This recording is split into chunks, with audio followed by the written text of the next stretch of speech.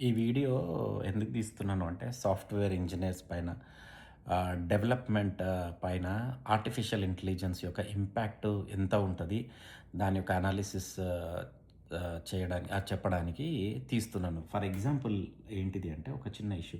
ప్రొడక్షన్‌లో మాకు ఒక ఇన్సిడెంట్ వచ్చింది. ఇన్సిడెంట్ అంటే అప్లికేషన్ పని చేయట్లేదు. యూజర్స్ లాగిన్ కావట్లేదు అని చెప్పి ఒక ఇష్యూ ఇన్సిడెంట్ రైజ్ చేసినారనమాట. రైజ్ చేస్తే నేను దాన్ని డిబగ్ చేస్తున్నాను.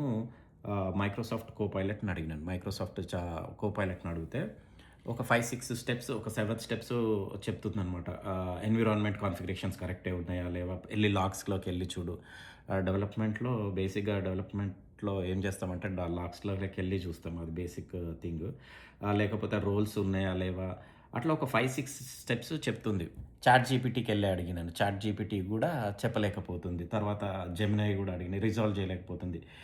మైక్రోసాఫ్ట్ కోపైలట్‌కయితే ఫుల్ కోడ్ యాక్సెస్‌తో సహా మా కోడ్ మొత్తం యాక్సెస్ ఇచ్చి చెప్పమంటే కూడా సాల్వ్ చేయలేకపోతుంది. రిజాల్వ్ చేయలేకపోతుంది. ఇవి ఈ ఆర్టిఫిషియల్ ఇంటెలిజెంట్ టూల్స్ ఎందుకు రిజాల్వ్ చేయలేకపోతున్నాయంటే వాటికి తెలవదనమాట. తెలవదు.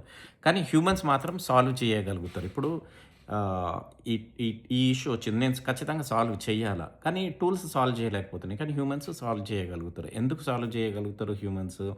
ఈ టూల్స్ ఎందుకు సాల్వ్ చేయలేవు? అంటే మోస్ట్ ఆఫ్ ద సాఫ్ట్‌వేర్ ఎట్లా డెవలప్ చేస్తారు ఏంటిది అని చెప్పి మీకు డీటెయిల్‌గా చెప్తాను.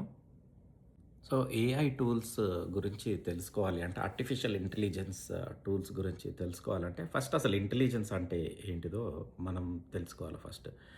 ఇంటెలిజెన్స్ అంటే స్టాటిక్ ఇంటెలిజెన్స్ ఉంటది. ప్లస్ డైనమిక్ ఇంటెలిజెన్స్ అని ఉంటదనమాట.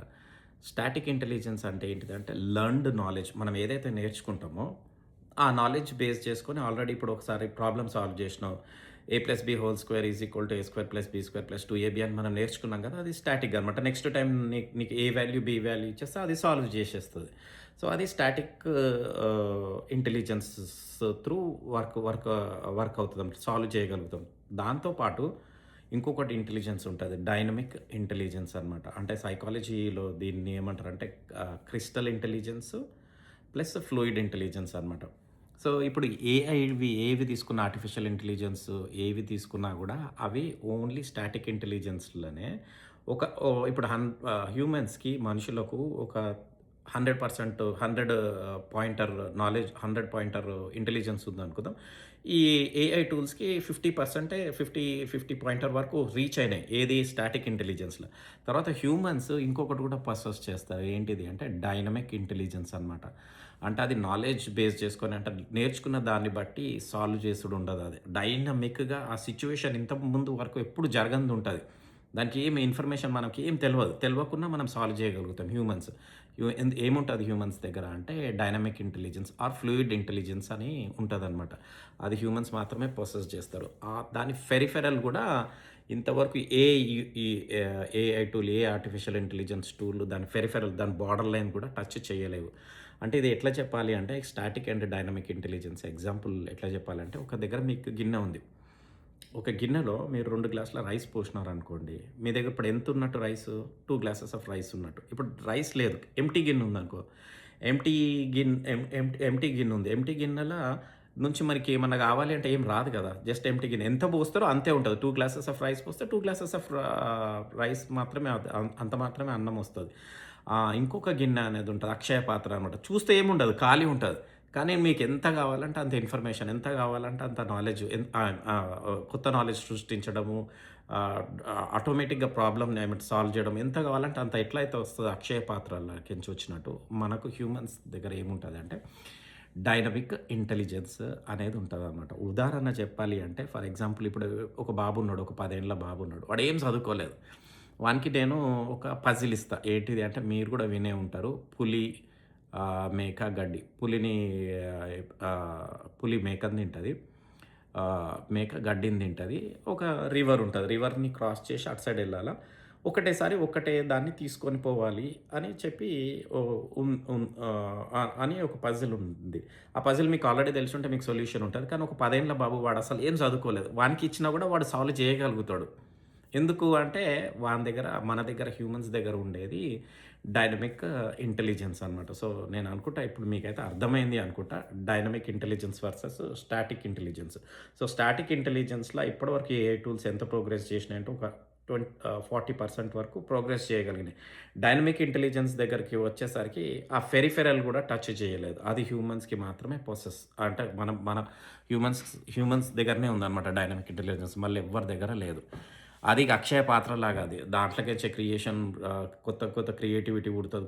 ప్రాబ్లమ్స్ ఆల్రెడీ ఎప్పుడు రాని ప్రాబ్లమ్ ఏదన్నా వచ్చినా కూడా దానికి ఒక సొల్యూషన్స్ పట్టుకొని వచ్చేస్తదనమాట. తీసుకొని రావచ్చు. ఆ డైనమిక్ ఇంటెలిజెన్స్ యూజ్ చేసి.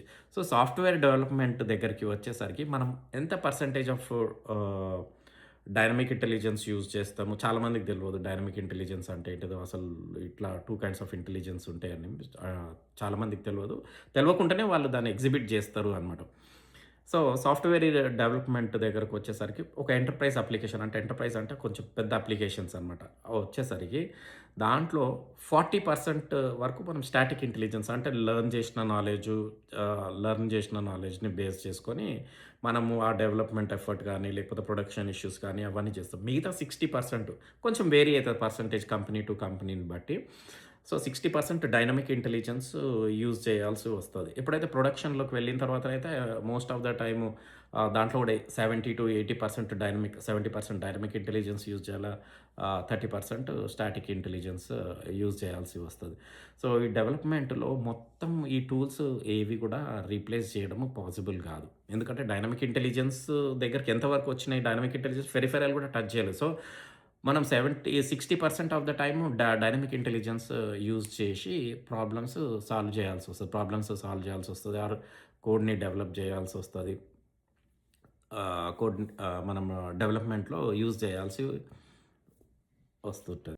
డెవలప్‌మెంట్‌లో మోస్ట్ ఆఫ్ ద టైమ్స్ చాలా సీనియర్ డెవలపర్స్ గానీ, జూనియర్స్ గానీ ఎక్స్‌పర్ట్ లెవెల్‌లో ఎవ్వరు గూడా మాన్యువల్‌గా కోడ్ చాలా తక్కువ రాస్తాం.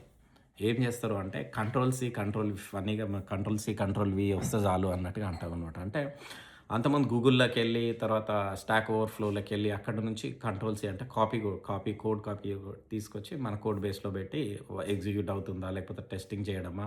Control C, control V. ఇప్పుడు ఈ టూల్స్ రావడం వల్ల ఏంటిది అంటే మనం ఇంకా అక్కడ గూగుల్‌లోకెళ్ళి స్టాక్ ఓవర్‌ఫ్లోలోకెళ్ళి ఇన్ఫర్మేషన్ తెచ్చుకునే బదులు కోపైలట్‌లనే ఎఫిషియెంట్‌గా కోపైలట్‌ని యూజ్ చేసుకోవాలి. సో, ఇప్పుడు మనము డెవలపర్స్ కానీ, సీనియర్ డెవలపర్స్ కానీ, సాఫ్ట్‌వేర్‌లో ఉన్న వాళ్ళు అసలెంత భయపడాలి? అసలు భయపడాలనా? భయపడొద్దా? అసలు ఏం చేయాల? యాక్షన్ ఐటెమ్స్ ఏంటిది అంటే, మనకు హ్యూమన్స్ పొసెస్ చేసినారు గదా! క్రిస్టల్ ఇంటెలిజెన్సు, తర్వాత ఫ్లూయిడ్ ఇంటెలిజెన్స్. క్రిస్టల్ ఇంటెలిజెన్స్ అంటే లెర్న్డ్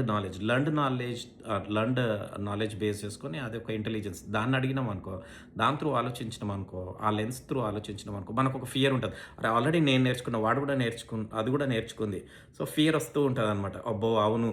అది మనల్ని ఓవర్‌టేక్ చేస్తది. అది ఇది అని. కానీ నువ్వు dynamic intelligence through lens through ఆలోచించినావనుకో, ఏం చేస్తది? దీని దగ్గర ఏముండదు. ఏం నాలెడ్జ్ ఉండదు. సో, దీన్ని ఎవడు కాపీ కొట్టుడు అనేది ఏం లేదు.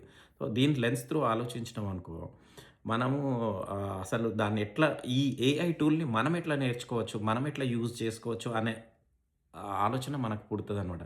సో, ఏంటిది అంటే దీనికి అగెనిస్ట్‌గా వెళ్ళకుండా మంచిగా మనకు చాలా ఎఫిషియంట్‌గా టూల్స్ ఇప్పుడు సొల్యూషన్స్ 5, 6 స్టెప్స్ నాకు చెప్పింది. ఇప్పుడు నాకు ఇష్యూ వచ్చింది దాంట్లో.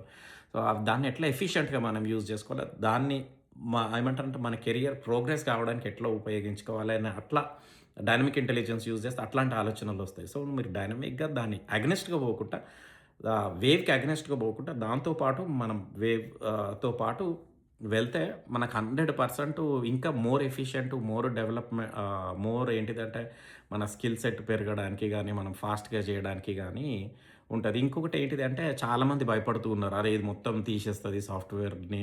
స్టాక్ మార్కెట్ ఏమో మొత్తం కుప్పగూలిపోతుంది అది ఇది అని. స్టాక్ మార్కెట్‌ల ప్రా ఏంటిది అంటే దాంట్లో అది ఒక స్టాక్ మార్కెట్‌ల ఎందుకు పడిపోతుంది ఏంటిది అంటే అక్కడ షార్ట్ సెల్లర్స్ అని ఉంటారనమాట. అది షార్ట్ సెల్లర్స్ ఏం చేస్తారంటే ఏదన్నా ఒక నెగెటివ్ న్యూస్ వచ్చిందనుకో, మా ఆ నెగెటివ్ న్యూస్ బేస్ చేసేసుకొని రీటైల్ ఇన్వెస్టర్స్ దగ్గర నుంచి డబ్బులు లాగేసేయాల. వాళ్ళకొక ఫియర్. ఈ ఫియర్ అనేది ఒక్కసారి ఫియర్ ఫ్యాక్టర్ బేస్ చేసేసుకొని వాళ్ళ దగ్గర స్టాక్ లేకుండా అమ్మేసి అదొక ఆర్టిఫిషియల్‌గా పుట్టిస్తారనమాట. ఏంటిది ఆ స్టాక్‌ని కిందకి పడేస్తూ ఉంటారు. సో, షార్ట్ సెల్లర్స్ వల్ల గూడా అది చాలా ఏమంటారంటే ఈ మధ్యల సాఫ్ట్‌వేర్ రిలేటెడ్ స్టాకు చాలా పడిపోతుంది. అంటే రియాలిటీ ఒక 5% పడిపోతే ఇంకొక 10% వీళ్ళు యాడ్ చేస్తుండ్రు. ఈ షార్ట్ సెల్లర్స్ యాడ్ చేస్తున్నారు. అంటే ఈ షార్ట్ సెల్లర్స్ అంటే ఎట్లా చెప్పొచ్చు అంటే, ఈ సముద్రంలో షార్క్స్ ఉంటాయి గదా! షార్క్స్ పెద్ద పెద్ద చేపలు ఏమంటారు చేపలన్నిటిని తినడానికి, చిన్న చేపల్ని తినడానికి ఈ షార్క్స్ అన్నీ ఒక వ్యూహంలాగా పన్ని వాటిని ఒక సర్కిల్‌లాగా తీసుకుపోయి అటాక్ జేసి, ఎట్లా కోఆర్డినేటెడ్ అటాక్ జేసి ఎట్లా తింటాయో చిన్న చేపల్ని, స్టాక్ మార్కెట్‌లో గూడా రీటైల్ ఇన్వెస్టర్స్ దగ్గర నుంచి డబ్బులు లాగడానికి ఈ షార్ట్ సెల్లర్స్ ఇట్లాంటి వాటిని చేస్తారు. దాంట్లో ఫ్యాక్ట్ ఉంది. ఫ్యాక్ట్ లేదు అని కాదు. రిపిటిటివ్ టాస్క్‌లు ఉన్న ప్లేసెస్‌ల ఆర్టిఫిషియల్ ఇంటెలిజెన్స్ అదేంది ఏ తర్వాత బి రావాలా, బి తర్వాత సి రావాలా అది నేర్చుకోవచ్చు. సో, ఏ, బి, సి ఉన్న ప్లేసెస్‌లో అట్లాంటి ప్లేసెస్‌ల ఆటోమేటిక్ డెఫినిట్‌గా ఏమంటారంటే అది ఇన్‌ఫ్లుయెన్స్ చేస్తది. మోర్ ఎఫిషియంట్‌గా గూడా చేయగలుగుతది. అది రీప్లేస్ చేయగలుగుతది. కానీ సాఫ్ట్‌వేర్ డెవలప్‌మెంట్‌లో 100% రీప్లేస్‌మెంట్ అనేది పాసిబుల్ గాదు. మోర్ ఎఫిషియంట్ వర్క్ అవుతది. కొంచెం కొద్దిగానైతే ఇంపాక్ట్ ఉంటది. ఒక 10-20% లో level I mean to say అంతకుముందు ఒక 40 అవర్స్ ఇచ్చేది ఇప్పుడు మనం డెవలప్‌మెంట్ ఎఫర్టు, టెస్టింగ్ ఎఫర్టు ఏమంటారంటే డెవలప్‌మెంట్ ఎఫర్ట్‌లో ఫర్ ఎగ్జాంపుల్ యూనిట్ టెస్ట్ కేసులని రాస్తామనమాట. ఈ అప్లికేషన్ రాసినప్పుడు సరిగ్గా పని చేస్తదా? చెయ్యదా? దానికి యూనిట్ టెస్ట్ కేసెస్ రాయడానికి. సో, అట్లాంటి ప్లేసెస్‌ల మనం తక్కువ ఎల్ఓఏ తక్కువ ఇవ్వడ ఇవ్వడ ఇచ్చే ఛాన్సెస్ ఉంటది. సో, దీన్ని మనం యాస్ ఎ ఏమంటారంటే ఫ్రమ్ సాఫ్ట్‌వేర్ డెవలపర్స్ గాని ఎక్కువ భయపడాల్సిన అవసరం ఏం లేదు. జస్ట్ ఏంటిదంటే దాన్ని నేర్చుకోవాలి. నేర్చుకుంటే మన స్కిల్ సెట్టే చాలా ఇంప్రూవ్ అయితది. సో, ఫ్యూచర్‌లో అది ఏఐ బేస్ చేసుకొని మన రెజ్యూమ్‌ని ఇంప్రూవ్ చేసుకోగలిగితే ఇప్పుడు నీకు 100,000నో, 150,000నో వచ్చేది 300,000 అయితది, 400,000 గూడా అయితది. ఎప్పుడైనా గాని నేచర్‌లో ప్రిన్సిపల్ అదే గదా! ఎప్పుడు గూడా ఏది కూడా కాన్స్టెంట్ ఉండదు. చేంజ్ అనేది అయితూ ఉంటది. ఎవరైతే చేంజ్‌ని అడాప్ట్ జేసుకోగలుగుతారో వాళ్ళు మాత్రమే ముందుకెళ్ళగలుగుతారు. ఫర్ ఎగ్జాంపుల్ ఫస్ట్ కాలిక్యులేటర్స్ ఇంట్రొడ్యూస్ అయినప్పుడు మ్యాథ్ టీచర్స్ చాలామంది ఆబ్జెక్ట్ జేసినారంట. అరే!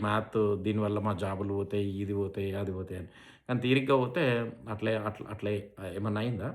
ఇంకా ఎక్కువ మ్యాథ్‌ని ఇంకెక్కువ నేర్చుకుంటున్నారు. ఇంకా మ్యాథ్ టీచర్ల యొక్క యూసేజ్ ఎక్కువుంది. కంప్యూటర్స్ ఫస్ట్ వచ్చినప్పుడు గూడా అదే కదా స్ట్రాటజీ. వద్దు జాబులు పోతాయి అది ఇది అని.